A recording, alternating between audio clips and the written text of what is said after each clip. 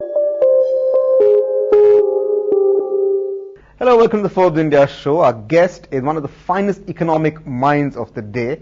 Raghuram Rajan is the Eric J. Gleacher Distinguished Service Professor of Finance at the Chicago Booth University, of course better known in India as a former chief economist and now of the IMF, and now economic advisor to Prime Minister Manmohan Singh. Listen very carefully to what he has to say, because perhaps if the world had listened to him in 2005, we may not have hit the crisis that we did in 2008. Raghuram Rajan, thank you very much for joining us. Thanks for having me. You have been talking, giving lectures, and also have written a book warning that the crisis that began in 2008 is not quite over. In fact, your book is titled Fault Lines, How Hidden Fractures Still Threaten the World Economy.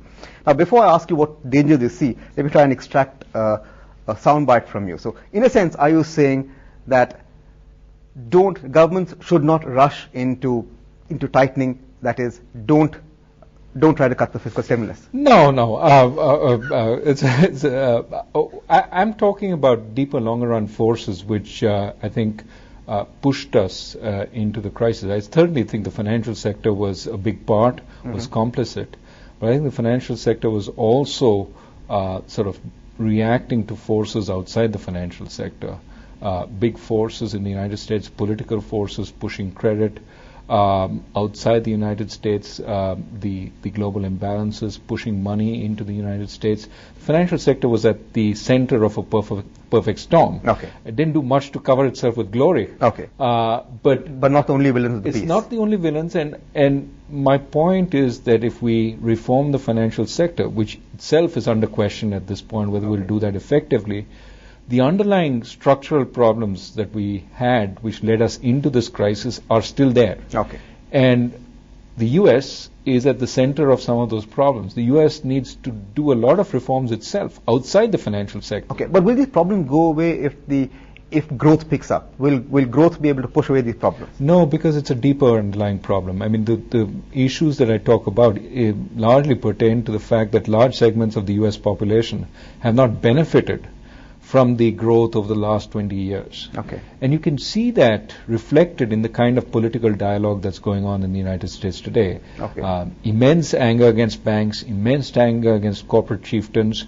The Obama administration time and again keeps repeating that it won't tax anybody below $250,000.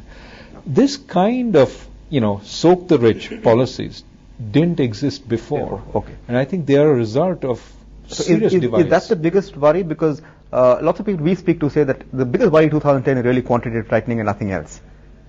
I think this is a longer-term worry. Okay. It's a longer-term worry. The way it is reflected, for example, would be in higher tax rates on richer people. Now, why is that a concern?